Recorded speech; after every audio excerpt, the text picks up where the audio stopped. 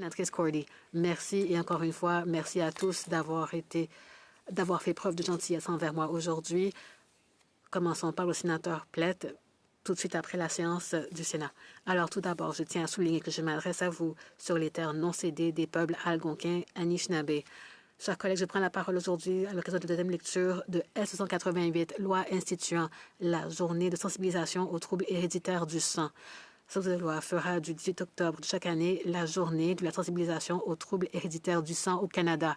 J'ai parlé à maintes reprises dans cette chambre de la drépanocytose, du travail que font beaucoup pour sensibiliser la population à cette maladie. J'ai travaillé avec l'Association canadienne de l'anémie falciforme et d'autres associations régionales, y compris l'Association de l'anémie falciforme du Canada Atlantique, et je présente aujourd'hui ce projet de loi.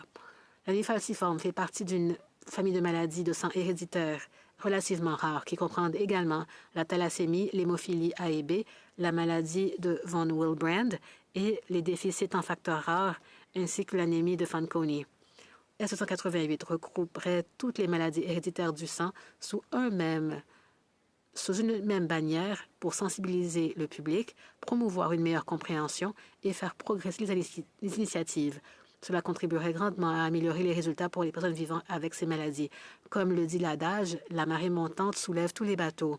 Honorable sénateur, cette loi permettra également de faire mieux connaître ces maladies. Les maladies héréditaires affectent les composantes cellulaires et non cellulaires du sang et sont présentes dans tous les groupes ethniques, mais certaines populations peuvent connaître des taux de prévalence plus élevés. L'anémie falciforme et la thalassémie, par exemple, affectent toutes les deux le composant des globules rouges qui transportent l'oxygène. Elle est transmise aux enfants lorsque les deux parents sont porteurs du gène de l'anémie falciforme. L'anémie falciforme touche près de 100 millions de personnes dans le monde. On estime à 6 000 le nombre de Canadiens atteints d'anémie falciforme aujourd'hui. Les patients atteints de thalassémie peuvent avoir besoin de transfusions sanguines régulières, ce qui peut avoir un effet sur leur foie, leur cœur et leurs organes endocriniens. Cela entraîne des anomalies du squelette et de la croissance ainsi que le diabète. Bien que des thérapies curatives aient été récemment mises au point pour ces deux maladies, elles restent à l'étude. L'anémie falciforme est présente dans le monde entier, mais est plus présente chez les personnes d'origine africaine, indienne, méditerranéenne, européenne du Sud et d'Asie du Sud-Est. Compte tenu de la richesse de la mosaïque canadienne, l'anémie falciforme et la thalassémie sont des problèmes de santé importants pour des milliers de Canadiens. Cynthia Musonda, fondatrice du réseau de sensibilisation de l'anémie falciforme de Saskatchewan, a déclaré que les personnes atteintes de drépanocytose au Canada représentent un groupe démographique aux besoins multiples et, contrairement à d'autres maladies semblables, elles sont confrontées à des obstacles qui les empêchent d'atteindre une qualité de vie optimale. Bessie Calabria, présidente de la Fondation canadienne de la thalassémie, a également souligné qu'il s'agissait d'une idée qui reconnaîtrait officiellement les maladies héréditaires du sang à l'échelle nationale et que cela permettrait aux patients de mieux plaider en faveur d'aménagement à l'école, au travail et dans les milieux de soins de santé. Cette journée peut également contribuer à la prévention de thalassémie grâce à un dépistage approprié des porteurs et à un dépistage prénatal, réduisant ainsi la charge sur les ressources publiques. La méconnaissance de ces maladies doit être combattue car elle conduit souvent à la stigmatisation, à des diagnostics erronés et à des traitements inadéquats. Chers collègues, l'anémie falciforme est peut-être la maladie du sang héréditaire la plus répandue dans le monde, mais elle est loin d'être la seule. D'autres conditions affectant les cellules sanguines sont connues sous le nom de troubles structurels des globules rouges. Les troubles héréditaires des globules blancs constituent un autre sous-ensemble des troubles sanguins héréditaires. Bien que moins fréquentes, ces affections touchent souvent les enfants et impliquent des anomalies dans la quantité de globules blancs qui combattent les infections. Elles prédisposent les patients à différentes infections débilitantes. Les troubles héréditaires de la coagulation sont une famille de maladies dans lesquelles les protéines de coagulation du sang ou les plaquettes qui aident le sang à coaguler sont absentes ou ne fonctionnent pas correctement. Cela entraîne des saignements prolongés. Cela comprend l'hémophilie A et B, la maladie de von Willebrand, les déficits de facteurs rares et des troubles de la fonction plaquettaire. Le principal risque pour les enfants et les adultes atteints de ces troubles est l'hémorragie interne, principalement dans les muscles et articulations ou dans les organes vitaux, ce qui entraîne des conséquences très graves, voire la mort. Les plus courants de ces maladies sont l'hémophilie A et B. Il s'agit de troubles très rares et plus fréquents chez les hommes. L'hémophilie A touche moins d'une personne sur 10 000. L'hémophilie B est encore moins fréquente puisqu'elle touche environ une personne sur 50 000. Le traitement nécessaire à une personne atteinte d'un trouble héréditaire de la coagulation est dispensé à une clinique de soins complets et bien que la thérapie génique soit une intervention thérapeutique viable, elle n'est disponible qu'au Canada pour les personnes atteintes d'hémophilie B. Cela souligne en particulier la disparité de la recherche scientifique sur une maladie dont l'histoire est longuement documentée. En raison de facteurs liés au manque de sensibilisation et de financement, ces maladies ne sont pratiquement pas traitées. L'adoption de ce projet de loi nous rapprocherait certainement de la découverte de traitements et de l'amélioration de la qualité de vie et de la qualité des soins des patients atteints. Les patients présentant des anomalies des globules blancs sont confrontés à une immunodéficience importante, ce qui a un effet sur leur qualité de vie.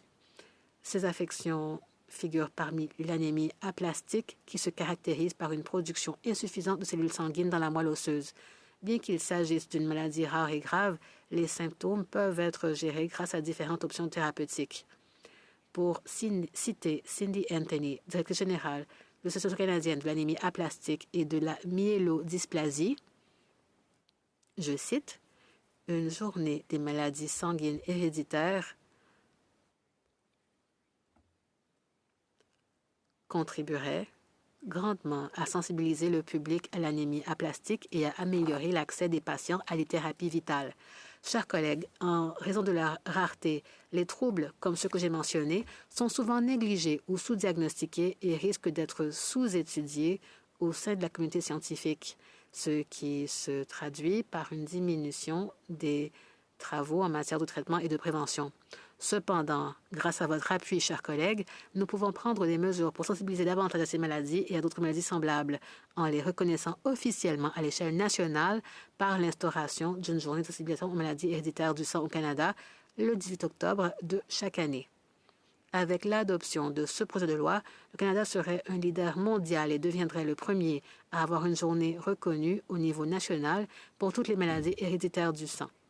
Le groupe de sensibilisation de l'anémie falciforme de l'Ontario, la Fondation de la thalassémie du Canada, l'Association de l'anémie aplastique et de la myélodysplasie du Canada, l'Association de l'Atlantique du canadien pour l'anémie falciforme et le Réseau d'action mondiale pour l'anémie falciforme et d'autres groupes demandent une telle journée de sensibilisation au Canada. Le Réseau mondial d'action pour l'anémie falciforme et autres maladies héréditaires du sang a été créé en 2022 pour unir les forces des organisations qui s'occupent des maladies héréditaires du sang afin de mieux amplifier leur impact à l'échelle mondiale.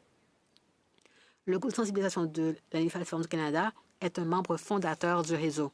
Ce partenariat mondial vise à améliorer la situation des personnes atteintes de maladies héréditaires du sang dans le monde entier grâce à des actions de sensibilisation, de collaboration et de renforcement des capacités fondées sur des données. Cette année, le Réseau d'action mondiale est parvenu à un consensus pour faire du 18 octobre la journée de sensibilisation. La communauté internationale a récemment célébré la première journée mondiale des troubles héréditaires du sang sur le thème, je cite, « de la prise de conscience à l'action, transformer des vies ». Fin de citation. Honorable collègue, je tiens à souligner l'importance d'unifier ces maladies héréditaires rares et par ailleurs individuelles sous une seule et même bannière, comme l'a déclaré Lanre Tunji Ajayi du Réseau mondial pour l'anémie falciforme et autres troubles du sang héréditaire. Sans programme national, beaucoup d'enfants naissent avec ces troubles débilitants et risquent de ne pas être identifiés, de recevoir des soins médiocres ou de mourir prématurément. Fin de citation. Cet effort concerté maximisera la défense de ces patients. Bon nombre font partie de groupes marginalisés. Dans les mots de Sanjeev Pandvani, président du conseil d'administration du groupe de sensibilisation à l'anémie falciforme de l'Ontario, Les troubles sanguins héréditaires tels que l'anémie falciforme, l'hémophilie, la thalassémie et l'anémie aplasique sont des maladies chroniques extrêmement complexes et débilitantes qui nécessitent des soins multidisciplinaires et des programmes axés sur le patient pour les familles touchées par ces maladies. Il s'agit d'une étape importante pour souligner la sensibilisation à l'impact de ces maladies au sein de la communauté des patients, des prestataires de soins de santé, des décideurs politiques, des partenaires industriels et du grand public. De plus, Rugi Jalal, président directeur général de l'Association de la maladie de l'anémie falciforme des provinces de l'Atlantique, a déclaré que l'amélioration de la sensibilisation et de l'éducation aux troubles sanguins héréditaires permettrait aux Canadiens concernés de gérer efficacement leur maladie, ce qui se traduira par une réduction des coûts de santé pour le gouvernement. Fin de la citation. Honorables sénateurs, nous avons tendance à oublier l'impact important des projets de loi plus modestes, comme le projet de loi S-288, peuvent avoir sur les Canadiens, en particulier sur les Canadiens vulnérables qui se sentent oubliés. Prenons en compte les mots de ces organisations qui recherchent notre soutien et mettons la lumière sur les maladies sanguines héréditaires négligées. J'espère que vous appuierez ce projet de loi, cette première étape afin d'amplifier la voix des patients qui ont un grand besoin de reconnaissance et de soins. Merci beaucoup.